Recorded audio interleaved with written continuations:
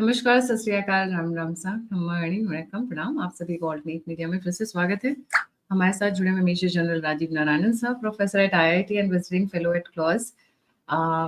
आज का मुद्दा बड़ा इंटरेस्टिंग होने वाला है। We are going to be talking about devil's triangle. Details में अभी और आगे बढ़ते हैं, बट उससे पहले मैं सर से पूछूंगी, सर जब आप आईआईटी में पढ़ाने जाते हैं, आज मेरे को बड़ा एक क्यूरियोसिटी है, तो बच्चे आपसे आर्मी वाली टैक्टिक सीखते हैं या आपसे बच्चे जियो पॉलिटिक्स की बात करते हैं? नहीं नहीं, इतना ज्यादा मैं पढ़ाता नहीं हूँ।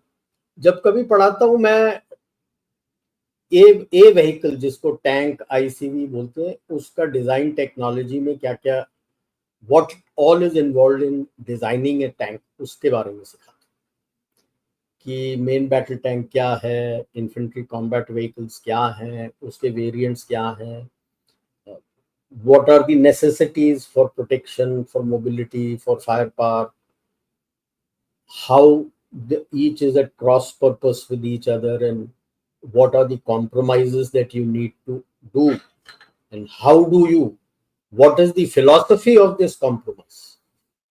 उसका भी एक फिलॉसफी है, तो उससे कैसे आप बना सकते हो, क्या करते हो, क्या क्या दिक्कतें आती है, उसके बारे में।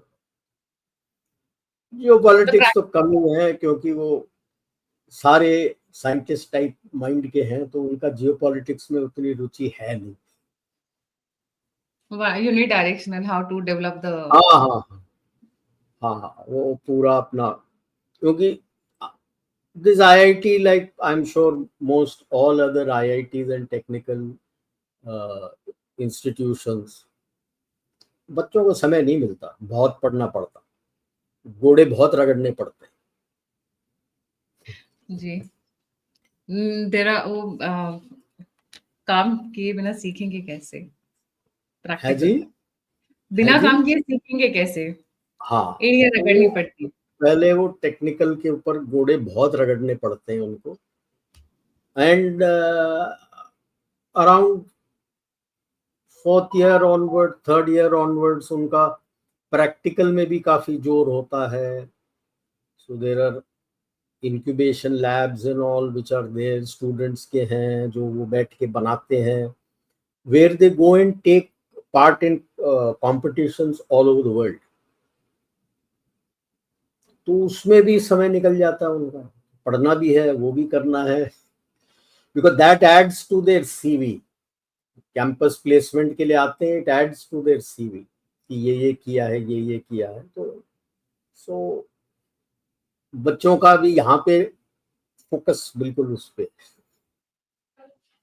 तो जियो पॉलिटिक्स तो सिर्फ वो जब भी आपके 8-10 बैठ के वीडियोस देखेंगे वो सारी समझ में आ जाएगी। That's not going to be हैं कुछ बच्चे जो देखते हैं but this is a very specialised domain. I think वो जियो पॉलिटिक्स सीख सकते हैं, पर हम वो नहीं सीख सकते। सो दैट्स बट थोड़ा डरते हैं अप्रोच करने के लिए, क्योंकि स्टूडेंट है, ये प्रोफेसर है, पहुंचे, बात करे ना करे, तो you can make out when you're crossing that gleam in the eye of recognition कि हाँ पहचान लिया, okay, वीडियो देखा है मेरा। जी सर, एक बड़ा इंटरेस्टिंग डेवलपमेंट हो रहा है and this is called devil's triangle. SAARC के जैसे भारत ने सार्क डेवलप किया था, we have had 7-8 countries around our borders. उसको चाइना रिप्लेस करने की तैयारी कर रहा है, कॉम्पिटिटर खड़ा करने की तैयारी कर रहा है। कौन है ये लोग जो बड़ा सॉफ्ट कॉर्नर लेकर चाइना की तरफ चल पड़े हैं? इनको पीछे थप्पड़ों से अभी तक समझ नहीं आया क्या? भाई, मैं इन सब इनको मैं गीदड़ धमकी कहता हूँ, इससे मैं डरता नहीं, क्योंकि केवल पाकिस्तान बांग्लादेश के साथ साउथ एशिया में चीन का कोई लेना देना तो है नहीं। China is not part of south Asia. अब ये दो खड़े हैं, बात कर ले, जो करना है कर ले, लेकिन चीन का ले ले, वो तो पाक से वैसे गुस्सा है, पाकिस्तान से, कि उसने अपने आप को यूएस के हाथ में बेच दिया। और वो माइन जो बलूचिस्तान में चीन को बेचा था, चीन इतने पैसे खर्च कर चुका है, लेकिन thanks to BLA they not been able to retrieve anything from there. अब उसी को पहले कनाडा को दिया, उन्होंने डीपीआर बनाया उसका, और अब ये अपने ट्रम्प और उसके खानदान को बेचना चाहता है। Do you think China will be happy? ये तो दो मिलाते चीन के पीछे गए हैं माफी मांगने के लिए। तो ये जो कर रहा है, इन्हें चीन का खुद का अंदरूनी मामला है, उसका आगे बात करता हूं। कि पाकिस्तान तो वो तो हीरा मंडी की कोठे वाली जैसे, जो सबसे ज्यादा दाम दे दिया उस पे बिक गई वो। तो आज तो वो बिक चुकी है यूएस से ज्यादा नहीं, डोनाल्ड ट्रंप के गोदी में जाके बैठी है।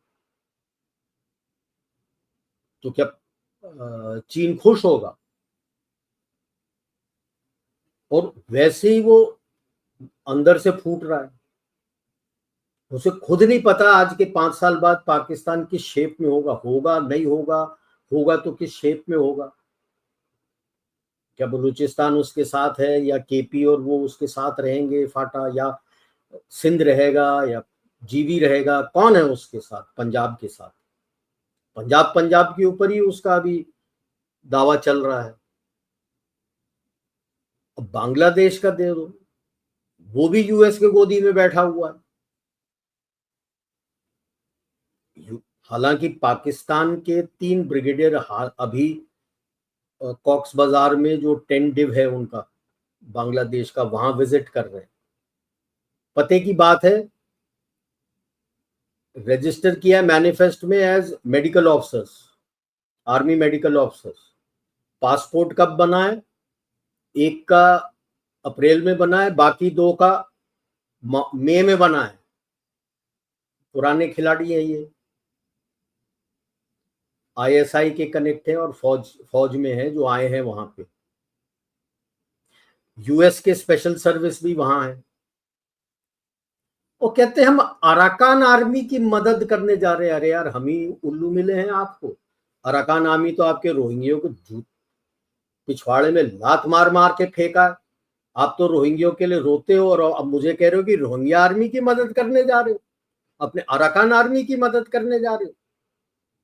नहीं, इनसे बड़ा गधा मैंने नहीं देखा है जो स्टेटमेंट दे रहे हैं कि हम अराकान आर्मी की मदद करने जा रहे हैं। अरे यार, अराकान आर्मी रोहिंग्या है आपके, उसको तो जूते मार के निकाल दिया।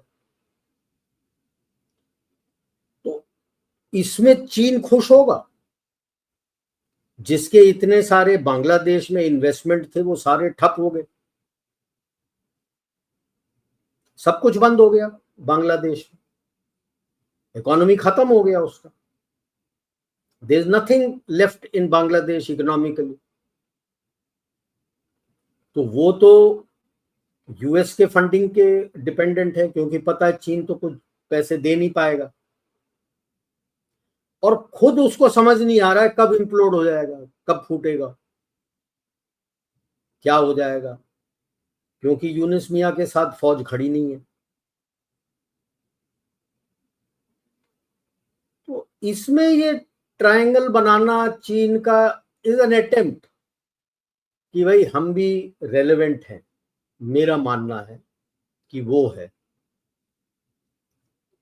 यूएस और चाइना दोनों बांग्लादेश की तरफ अगर झुक रहे हैं तो वो नॉर्थ म्यांमार के लिए, वहां पे काफी रेयर अर्थ और मिनरल्स है जो चीन चुपचाप से ले जा रहा था, आज बंद हो गया।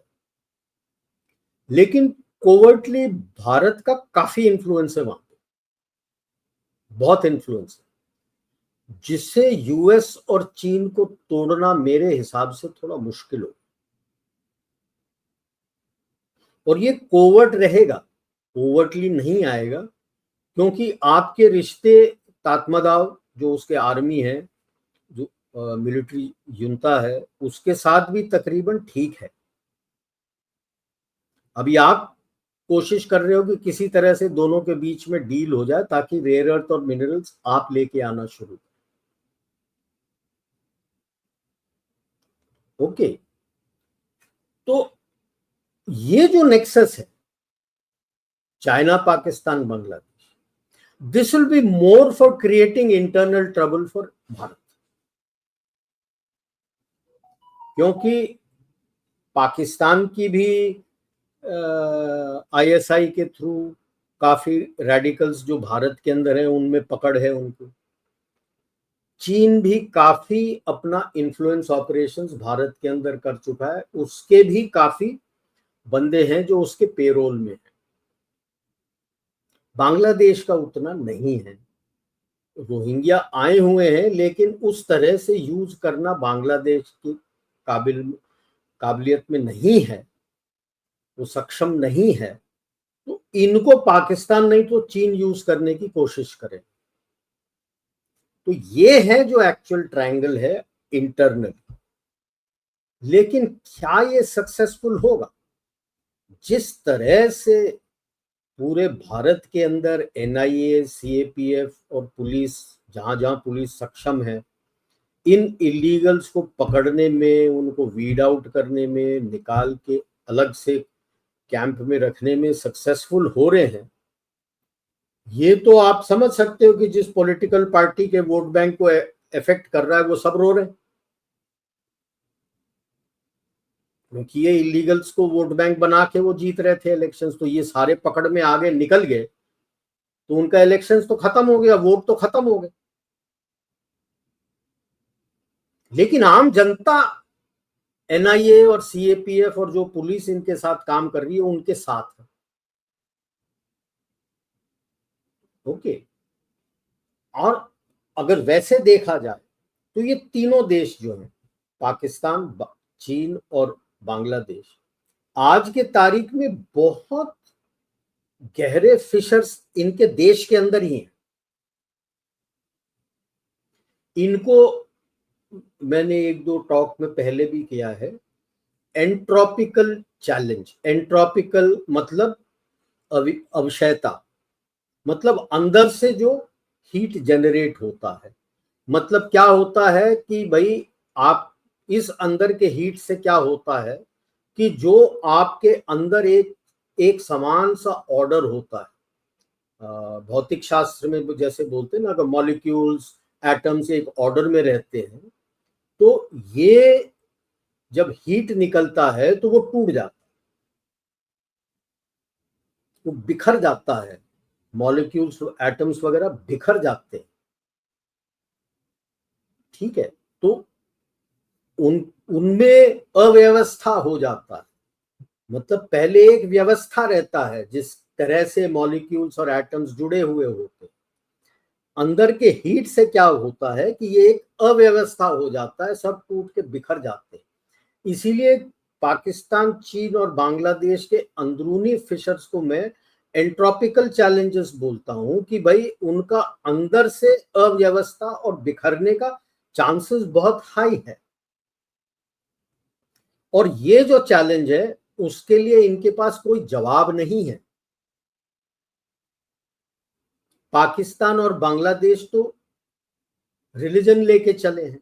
मैं अंग्रेजी का शब्द इस्तेमाल कर रहा हूं क्योंकि हिंदी का शब्द जो अंग्रेजों ने धर्म छोड़ा है, धर्म शब्द रिलीजन के लिए गलत है।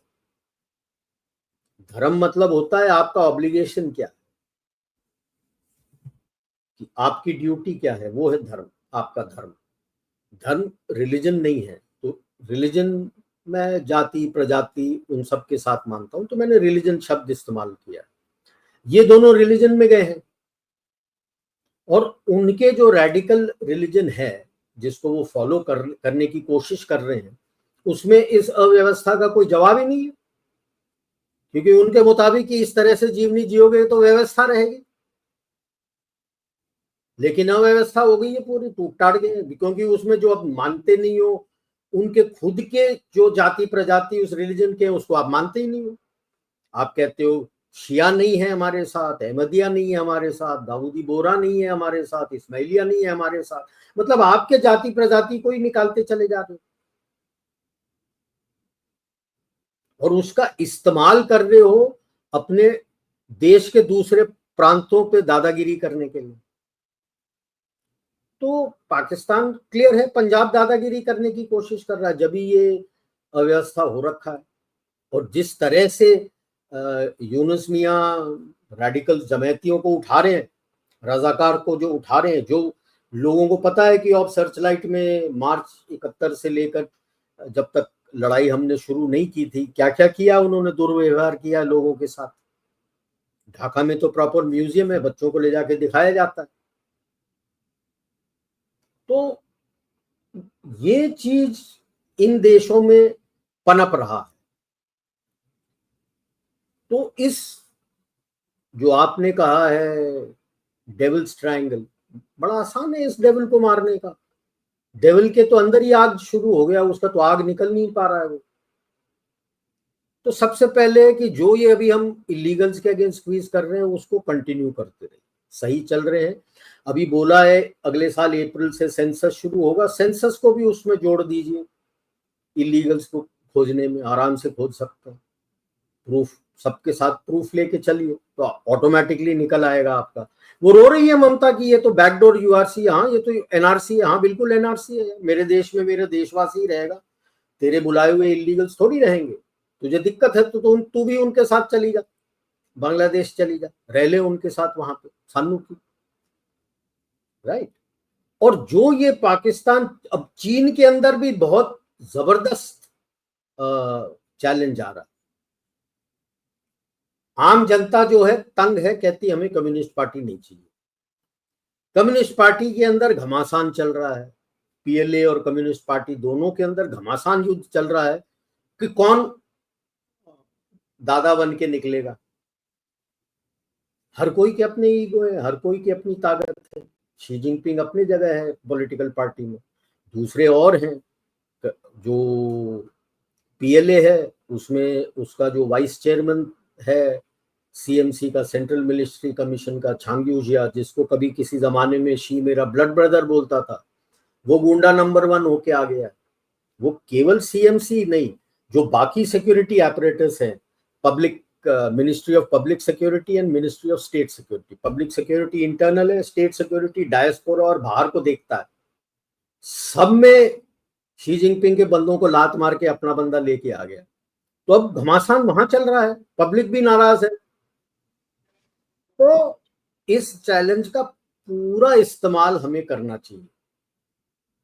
इस आग के अंदर अच्छी तरह से ओम स्वाहा करते हुए घी डालते जाइए, हो जान दो इनका स्वाहा अच्छी तरह से। हिंदी में कहावत है ना, न रहेगी बांस न बजेगी बांसुरी, थैंक यू हो जाएगा इनका। इसमें हमें सावधानी बरतना चाहिए। यूएस का फुटप्रिंट दोनों तरफ है। जो चीन में है फुटप्रिंट, तो यूएस भी घी डालने की कोशिश कर रहा है, उनके साथ मिलके हम भी घी डालेंगे। इधर दोनों इस तरह से करिए कि इस आग में थोड़ा बहुत यूएस भी झुलस जाए, तो उसे भी सीख मिलेगी कि भाई साहब यहाँ पे कोई और है जिसको साथ नहीं लिया, तो इस आग में खेलने जाएंगे तो हम झुलस सकते हैं। तो सर ये जो डेविल्स ट्रायंगल है, इसमें 2 लोग और घुसने की कोशिश कर रहे हैं। एक घुसाने की कोशिश कर रहा है, China is trying hard, one is Afghanistan and the other is Nepal. उनके बस की बात नहीं। अफगानिस्तान तो चीन के हाथ से गया। Outside of USA the biggest US base is in Afghanistan. 14,000 लोग बैठे हैं वहां पे, और चीन सोच रहा है कि वो ले लेगा इनको। अफगानिस्तान तो खेल रहा है उसके साथ यार। वो चीन के पाले में है कि सिंचांग में, सॉरी यूएस के पाले में है कि सिंचांग में चीन के लिए अच्छी तरह से घमासान कर।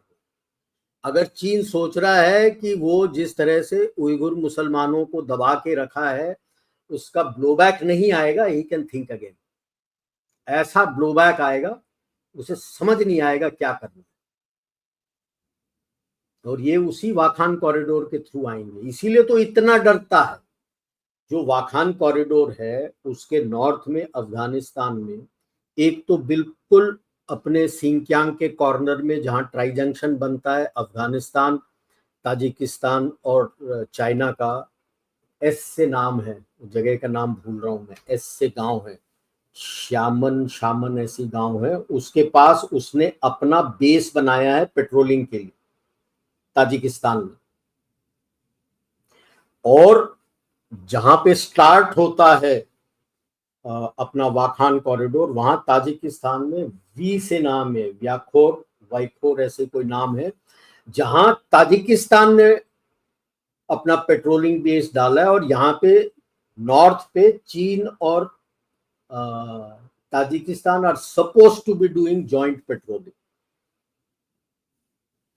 चीन हिसार, ने हिसार, नहीं, वी से नाम है, वी से नाम है। गिसार एयरबेस और मिलिट्री एयरबेस इन ना ना ना ना ना, ताजिकिस्तान। घीसर तो हमारा है यार। घीसर अच्छा, तो, घीसर इज नियर आईनी, घीसर के पास है। वो हमने एयरबेस बना के दिया, वो दुशानबे के पास है। ये जो गोर्नो बदख्शान इनका जो प्रोविंस है ईस्ट में, उधर पे जहां पे अपना ये इश्काशिम करके है, उसके बगल में वी से नाम है।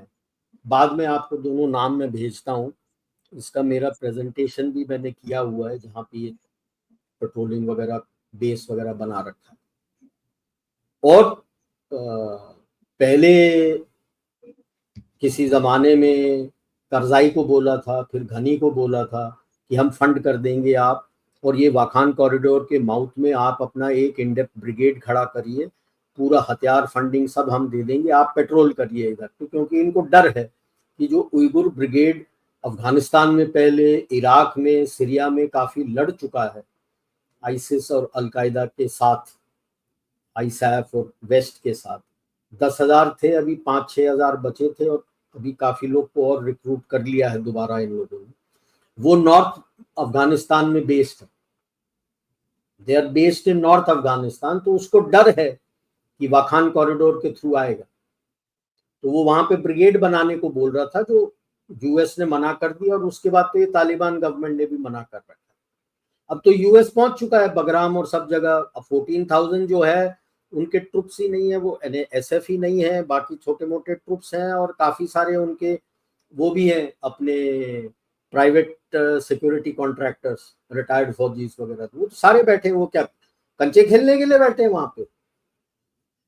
दो जगह है जहां पे पूरा सॉर्ट आउट कर रहे हैं, एक पाकिस्तान और दूसरा चीन को सॉर्ट आउट करेंगे। पाकिस्तान तो इंटरेस्ट के साथ सॉर्ट आउट हो रहा है ना, जो 20 साल इन्होंने आईसाफ के साथ किया था, तो वो इंटरेस्ट के साथ सॉर्ट आउट हो रहा है। केपी, फाटा और बलूचिस्तान में इंटरेस्ट के साथ सूद समेत उसको वापस कर रहे। और पाकिस्तान को इसीलिए समझ नहीं आ रहा, वो सोच रहा है मैं इधर कूद गया, अब मैं यूएस के साथ हूं। समझ नहीं आ रहा है कि यूएस अच्छे से चेप रहा है तेरे को। बंद बंद। पाकिस्तान के साथ तो अभी बहुत हिसाब बाकी है, हर किसी का हिसाब बाकी है। नहीं, हाँ, तो अभी तो पाकिस्तान को वो सॉर्ट आउट कर रहे हैं अच्छी तरह से। तो उनको ये डर है, लेकिन हमने ये देखना है कि भाई साहब बांग्लादेश में जो घुसने की कोशिश कर रहा है is more also to create problems in your north east. तो जो बांग्लादेश में झुलसेगा तो ये भी झुलसना चाहिए उसको, और पाकिस्तान के अंदर से हमारी तरफ कुछ करने की कोशिश कर रहा है तो झुलसना चाहिए। ऑप सिंदूर में अच्छे से आग तो लगा दी थी आपने, अब झुलसना चाहिए। उनके अंदरूनी जो एंट्रोपिकल फायर है उसमें भी झुलसना चाहिए। जब ये झुलसेंगे तब समझ में आएगा इनको यार कि यार हमको भी थोड़ा ध्यान से चलना चाहिए। ठीक है, इसके साथ साथ अंदर का तो आप कर ही रहे हो कि कैपेबिलिटी डेवलपमेंट और मॉडर्नाइजेशन आपके सिक्योरिटी फोर्सेस का, एक्सटर्नल इंटरनल, उसमें कोई कमी पेशी नहीं आनी चाहिए। ठीक है, जो डीएसी क्लियर करता है उस पे मत जाइए। जो डीएसी अप्रूव करता है, मतलब अब आप इसके खरीदारी का प्रोसेस शुरू कर सकते हैं। आप प्रोसेस शुरू करते हैं तो आज के डीपीपी में कम से कम 5 से 6 साल लगते हैं। तो लोग तो वैसे ही फुदकने लगते हैं कि भाई 1 लाख करोड़ का क्लियर कर दिया, 25,000 करोड़ का क्लियर कर दिया, उससे कोई मतलब नहीं।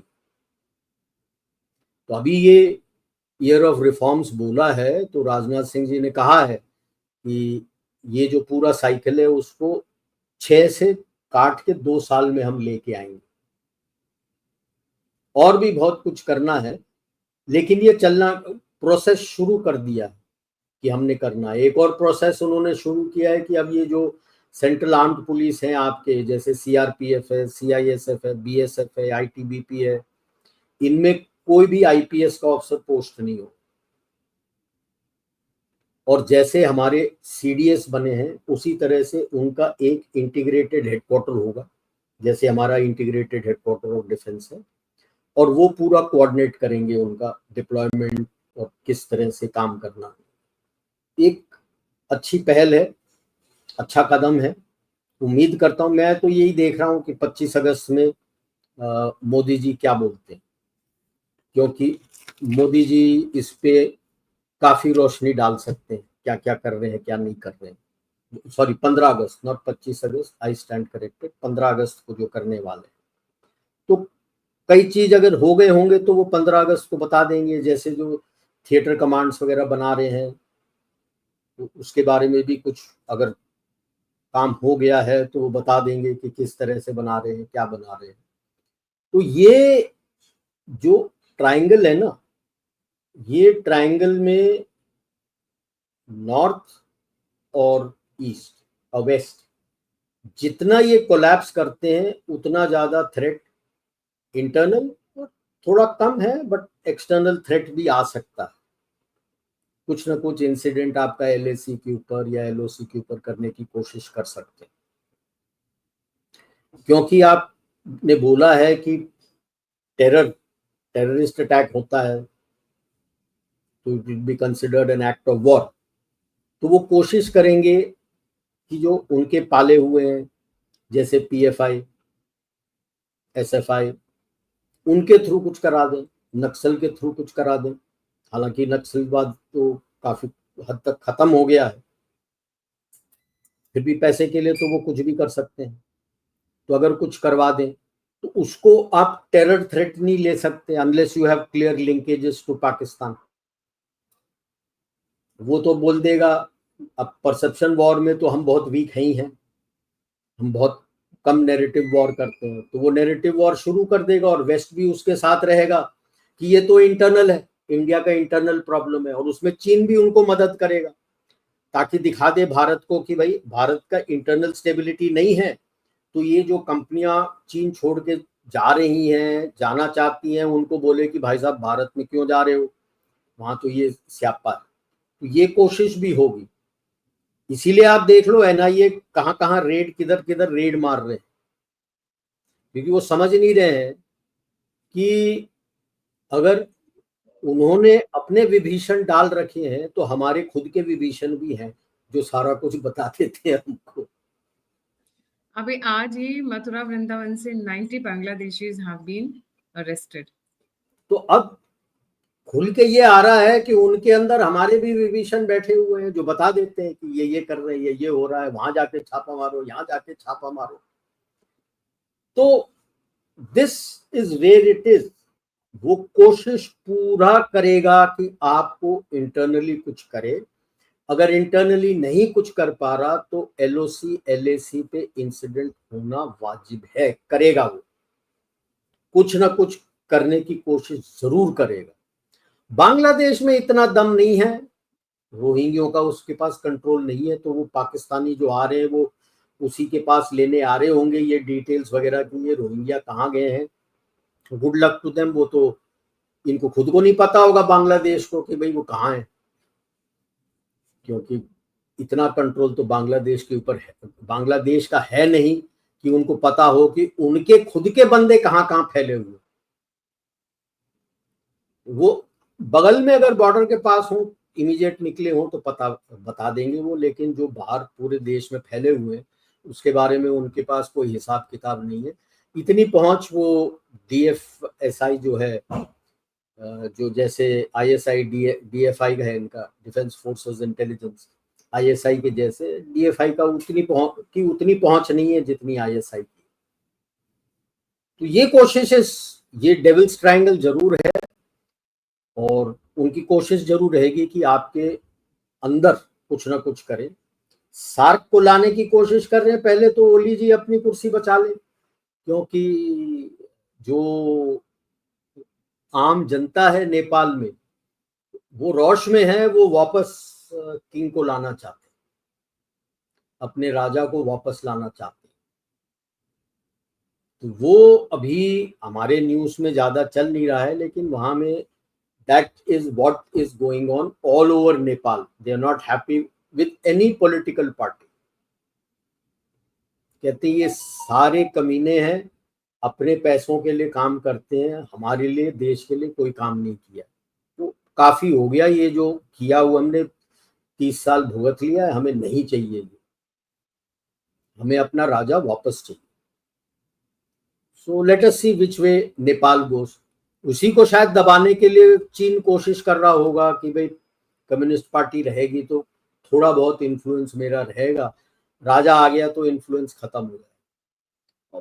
पाकिस्तान तो उसका पुराना पापी है, पाकिस्तान उसको कुछ गुलाब जामुन दे रहा होगा कि ये कर लेंगे साथ में, वो कर लेंगे साथ में, क्योंकि गुस्सा तो है वो सारा। एक और एंट्री जिसके बारे में मैंने अभी तक से जिक्र नहीं किया, एक तो हो गया अफगानिस्तान जो गेम आपने बताई, देन नेपाल वाली बात हो गई। भूटान को भी कोशिश किया जा रहा है, मतलब वो पूरी की पूरी जो हमारी सार्क कंट्रीज है ना, उनको वो देखो जी, भूटान का ये है, अभी तो खैर अपना चीफ जा रहा है, रेगुलर है। भूटान की कोशिश उसकी बहुत सालों से है,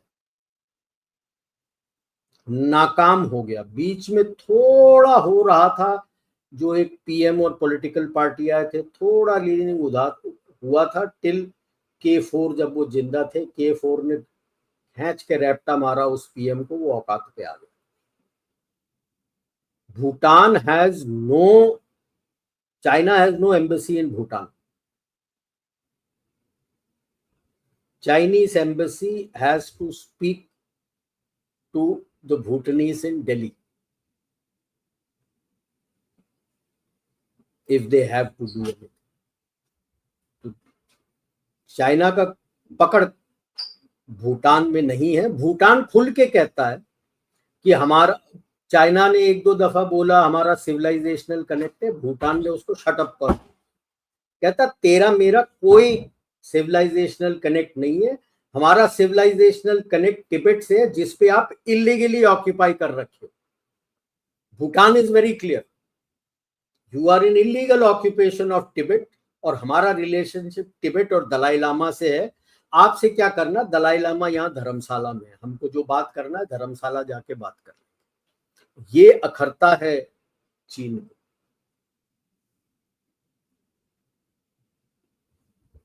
ये तो स्टैंडर्ड है यार, हर अपना चीफ जो है उसका ट्रिप आता है वहां पे बांग्लादेश, टू भूटान, अपनी ट्रेनिंग टीम है, उनके काफी प्रोजेक्ट्स वगैरह हम करके देते हैं, जैसे रोड्स वगैरह, हमारा प्रोजेक्ट दंतक है बीआरओ का, वो रोड्स वगैरह काफी कुछ करके देता है।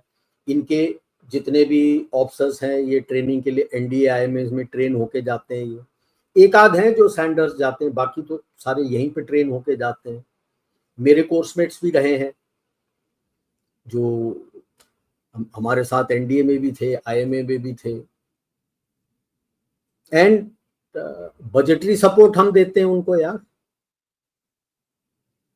We still provide them budgetary support for what they require to do, हम देते हैं, नॉट अ लोन। चाइना जब भी आता है वो लोन देता है, हम लोन नहीं देते, हम अपने बजट में पैसा डाला हुआ है इनके लिए अलग से, to support them for various things. जैसे अभी दंतक वगैरह है, दंतक वगैरह के लिए हम पैसे नहीं लेते उनसे, उनको जो बोलते हैं वो हमको ये सड़क चाहिए, ठीक है, उसका कॉस्टिंग होता है, money is given to Dantak by us कि बना दो। बट जितने भी staff, bulk of the staff used in Dantak are Bhutanese, locals. Equipment हमारा, ट्रेनिंग सब उनको दिया हुआ है, लोकल्स बना के हेल्प करते हैं आपको, that's why they like you. जहां आपके दंतक वगैरह हैं, दे लाइक यू बिकॉज उनके लोगों को रोजगार मिलता है।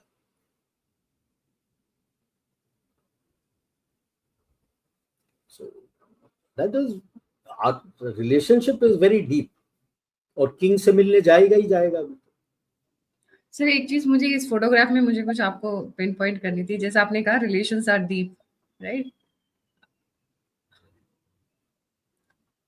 यहाँ पे ऑड मैन आउट कौन लग रहा है सर? ऑड मैन आउट तो सबसे लेफ्ट वाला है, वो लग रहा है। नहीं, मुझे चाइनीज लग रहा है बंदा, मतलब See, China has a totally different culture, different tradition, different style of living. खाना पीना बहुत अलग है. अफगानिस्तान, पाकिस्तान, बांग्लादेश, भारत, नेपाल, भूटान, श्रीलंका. अभी because you said we have deep ties. हमारा नहीं, खाना वो एक तो अलग है. खाने पीने का जैसा. उनका तरीका जो फार ईस्ट का है उन सबका एक टाइप है. Whether you take China, Japan, Korea, Vietnam, they have generally got the same type of eating habits. Okay. Vietnam में थोड़ा है क्योंकि north Vietnam is closure towards that side. South central and south Vietnam is more towards art style because 1858 तक you had a Hindu stroke Buddhist kingdom out there, kingdom of Champa. That fell in 1858 by the way. मैं कहता हूं ना, China is an illegal occupation of यूनान. Yunnan and North Vietnam was the kingdom of Dai Viet.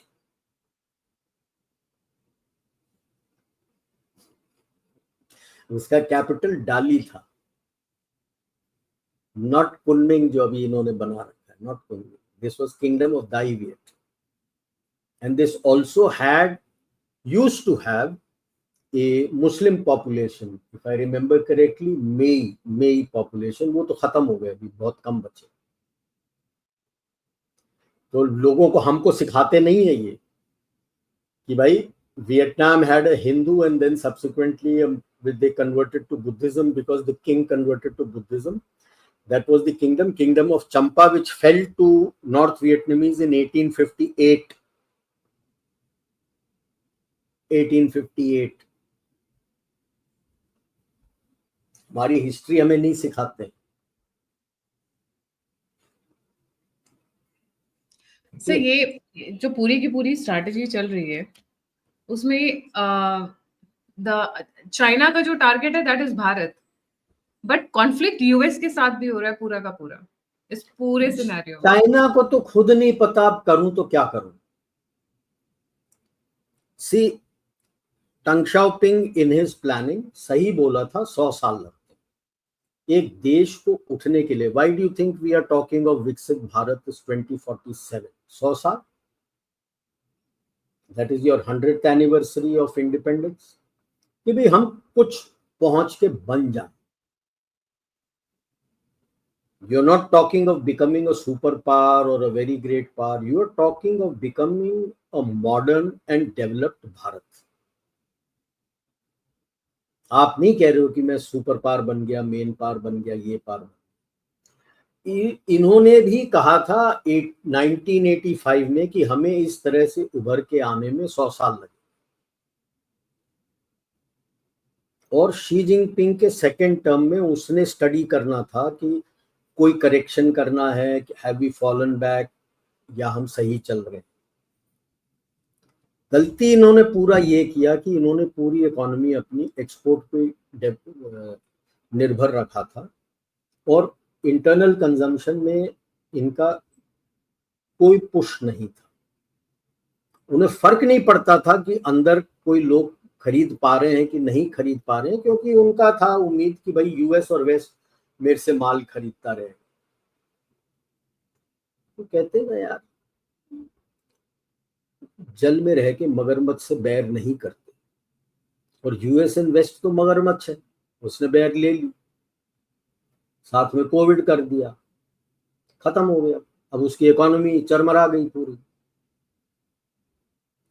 अब उसको ये समझ नहीं आ रहा है, कोशिश तो कर रहा है क्योंकि ओल्ड हैबिट्स डाई हार्ड. सब तरफ उंगल करना है आप, और खासकर भारत को. क्यों? ऑप सिंदूर ने दुनिया को दिखा दिया, केवल एशिया ने दुनिया को दिखा दिया भाई साहब पंगा मत लेना भारत से. ये कोशिश की थी यूएस और यूके ने F-35 से. क्या हुआ? 15 दिन से ऊपर हो गए, पड़ा हुआ है यहाँ पे. आपने ट्रैक करके उसको उतार के लेके आए हो, एस्कॉर्ट करके. सर फनी तो ये था, OLX पे बेच डालो का ऐड लगा दिया था कुछ लोगों ने. या कि ये तो वक्फ बोर्ड ले जाएगा. No, the best part is it got tracked. क्या क्या हो गया उसके अंदर और क्या किया हमने और क्या हो गया उसको पता ही नहीं है। अब बोलने को वो कतरा रहे हैं, भारत बताएगा नहीं। बोला तो उसने था कि फ्यूल कम है, फिर बोला कोई हाइड्रोलिक का प्रॉब्लम है। अबे ऐसे क्या प्रॉब्लम आ गया कि सब कुछ अंजर पंजर कंजर हो गया आपका, उड़ नहीं पा रहे हो आप तो कबाड़ खाना छोड़ गए हो उस जहाज को। अब तो उसको तड़प है कि मैं था, क्योंकि जो चियांग काय शेक में 30s में स्टेटमेंट दिया था and even in 45 that they can be no, they can not be two suns in the universe, कि एक यूनिवर्स में एक ही सूर्य हो सकता है। अब उसको ये समझ आ गया, दुनिया कह रही है कि एशिया में एक नया पावर आ गया है, वो चीन नहीं है, क्योंकि चीन के हथियार का भी कचरा कर दिया, यूएस के हथियार का भी कचरा कर दिया, सब कुछ कचरा कर दिया। उसके बारे में अगले इसमें बात करेंगे। तो अब उसको चाहिए कि इंडिया को नीचा दिखाए ना। अब पाकिस्तान आर्मी का तो सर्वाइवल है कि अगर भारत के साथ उसका रिलेशनशिप खराब नहीं रहा तो जनता जो है, पाकिस्तानी जनता, वो तो उसके विपरीत हो जाएगी। वो तो ऑलरेडी विपरीत हो चुकी थी उसके। अब सोच रहा है कि ये मैं कर कुरा के लोगों को मेरे साथ लाऊं। I doubt it, I don't think so that the people are very happy with what he has done. क्योंकि अभी तो FATF में अगस्त में डिस्कशन है, और G7 के मीटिंग के मोदी जी के उतरने से पहले FATF ने नोटिस दे दिया है पाकिस्तान को दो चीज के लिए। एक, जो इंडिया ने पकड़ा था 2020 में ड्यूअल यूज वेपन्स का, जो पाकिस्तान ने बताया नहीं था IAEA के लिए, उस पर नोटिस चला गया कि आपने ये गलत किया है जो एज पर FATF आपको नहीं करना था। और दूसरा, the funding routing and the control routing of attack in Pahalgam has been traced back to Pakistan. Funding and this. So now he's up a gum tree. क्योंकि हालांकि लोग कहते हैं कि यार IMF ने पैसे दे दिए, वर्ल्ड बैंक ने पैसे दे दिए, जैसे फर्ज कर लो सितंबर में ग्रे लिस्ट पे चढ़ गया वो। तीन चीज का कुंडा हो गया, IMF का फंडिंग बंद, वर्ल्ड बैंक का फंडिंग बंद, और जो बिटकॉइन का भी ट्रंप ने किया है उसका फंडिंग बंद। क्योंकि अगर ट्रंप ने बिटकॉइन चलाया, उसके खुद का पर्सनल कंपनी है, वो खुद ब्लैक लिस्ट में आ जाएगा। So it will be the first time in the history of USA that as it is you can say who has been judicially found to be a criminal is the president, and next who has been internationally blacklisted for dealing with terrorist countries is the president. Will he survive if he continues? He can't, so he will not. Yes. Where does that leave Pakistan? और China भी खुल के fund नहीं कर पाएगा, किधर जाएगा फिर पाकिस्तान? तो वो डेस्परेशन है कि ये सब होने से पहले कुछ ना कुछ इंडिया में गदर करा दो। That is why that statement in SCO Pakistan का साइड करने की कोशिश कर रहा था चीन की, बलूचिस्तान का दिखा दो, वहां पे इंडिया का नाम डाल दो। This is to help them in FATF, जो कचरा हो गया, राजनाथ सिंह जी ने साइन करने से मना कर दिया। I am sure he will take that line, try to take that line in FATF, but वहां दाल गलेगी नहीं, वहां दाल गलेगी नहीं। So this is desperation time for these people। और यूनुस का तो सर्वाइवल है। IMF ने तो उसको खुल के बोल दिया कोई फंडिंग नहीं मिलेगी आपको, दिसंबर के पहले इलेक्शंस होने, इलेक्शंस के बाद ही फंडिंग मिलेगी। Message is very clear to Yunus, भाई साहब तेरे को पैसे नहीं मिलेगा because you are not the government of USA and you can't do anything because you are not elected government of Bangladesh, and you're not the elected government, you don't represent the people of Bangladesh। तुम तो अपने आप को थोप के बैठे हो। Elections करवाइए before December, which is what the chief of army staff has said, which is what BNP is saying, which is what the leftist parties are saying। And BNP and leftist parties have said कि नहीं Awami League भी लड़ेगा. You are nobody to say no because you don't represent anybody.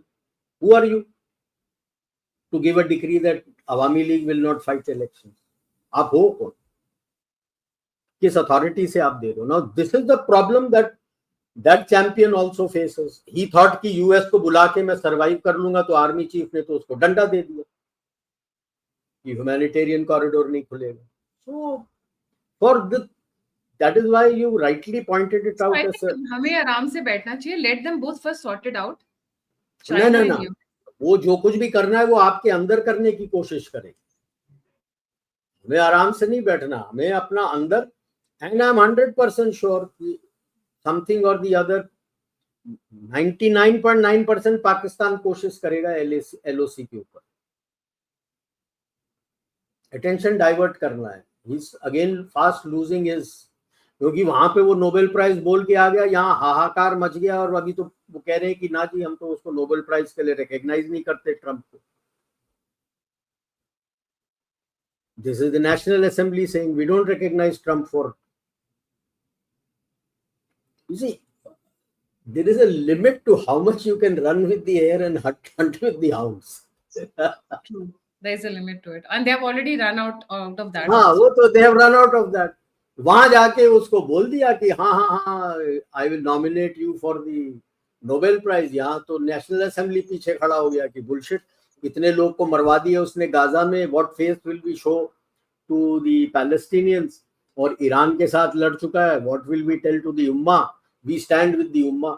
इसलिए that is why his speech कि हम उम्मा के साथ खड़े हैं, पाकिस्तान यूएस के साथ बैठे हैं और चीन के साथ बिस्तर में लेटे हुए. शर्म नहीं आती कहते हुए कि चीन के साथ बिस्तर में लेटे हुए. मतलब अपने हीरा मंडी होने का पूरा जो प्रूफ है उसने खुद दे दिया अपने स्टेटमेंट में. मतलब इतनी फजीहत अपनी इज्जत की अपने देश की कोई नहीं करा सकता एक्सेप्ट फॉर नापाक. बिल्कुल बिल्कुल बिल्कुल. तो ये था मेरे पास. अभी आप कहिए क्या करना चाहते हैं.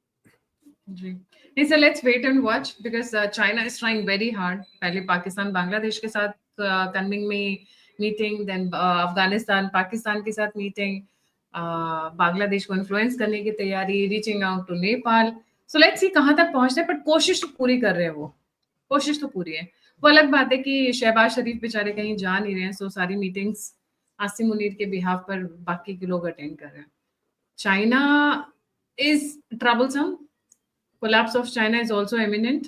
बट कितने साल में, 1 साल में, 2 साल में या 6 महीने में, जब भी हो, सी वो समय के ऊपर 2-3 things as far as collapse of China is concerned. One is like Pakistan, they externalize. किधर एक्सटर्नलाइज करेंगे देखते हैं. जब भी प्रॉब्लम आता है, जैसे बोझिलाई का प्रॉब्लम आया था 2012 में, तो they activated the South China Sea. And जब 2013 में there was a power struggle going on between the Communist Youth League and the अपना शी जिनपिंग, तो उसके बाद से you saw the activation of your borders by Xi Jinping 13-14. Okay, so they always try to do that. 62 Great Leap Forward खत्म हो गया था, he came under tremendous pressure, so he attacked you. 67 Cultural Revolution शुरू कर रहा था, he came under pressure, he tried to attack you in Sikkim.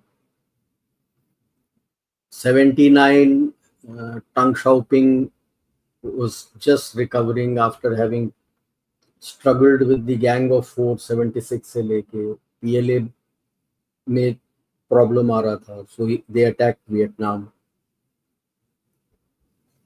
87 में democracy के ऊपर काफी तूर पकड़ रहा था चाइना में.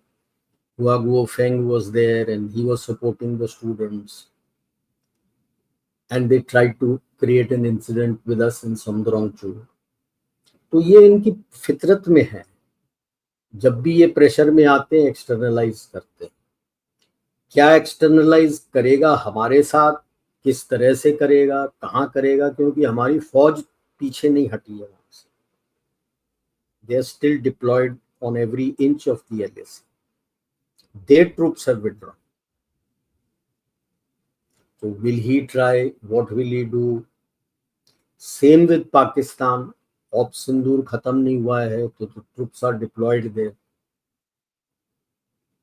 Yes, छोटा मोटा इंसिडेंट जरूर करेंगे, but like I said, make use of the internal traitors who are there in India to create an incident to say कि ये internal problem है, हमारा problem नहीं.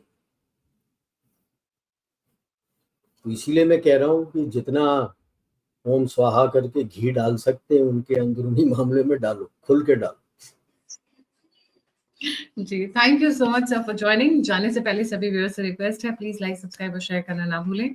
अगर आप कंट्रीब्यूट करना चाहते हैं तो नंबर और यूपीआई स्क्रीन के ऊपर है. आप फीडबैक देना चाहते हैं, मुझसे जुड़ना चाहते हैं तो सभी के सभी लिंक्स डिस्क्रिप्शन बॉक्स में. इसी के साथ जय हिंद, जय श्री राम, हर हर महादेव, जय भारत. जय भारत.